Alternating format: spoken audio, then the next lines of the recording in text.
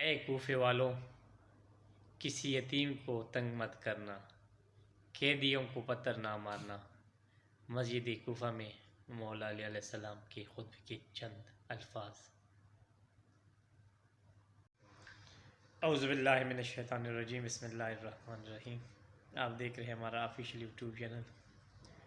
سب سے پہلے بات کرتے ہیں اور آپ زیارت کراتے ہیں اس جگہ کی جہاں پہ امام علی علیہ السلام کو ضربت لگی تھی۔ یہ وہ مقام ہے جہاں پہ ابن ملجم نے امام علی علیہ السلام کو ضربت لگائی تھی۔ ضربت کے بعد جب امام کو گھر لے کے آئی، جب طبیب کو بلایا تو طبیب نے اس زخم کو دیکھا تو فرمایا کہ مولا علی علیہ السلام کو جتنا ہو سکے زیادہ سے زیادہ دودھ پلایا کرو۔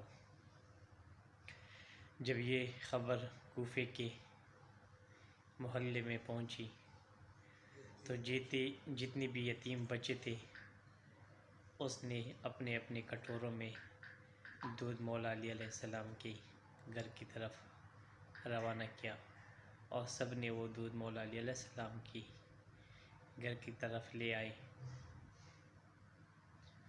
اور آپ کو ایک اور زیارت کراتے ہیں جہاں پہ مولا امام علی علیہ السلام کو غسل اور کفن دیا گیا۔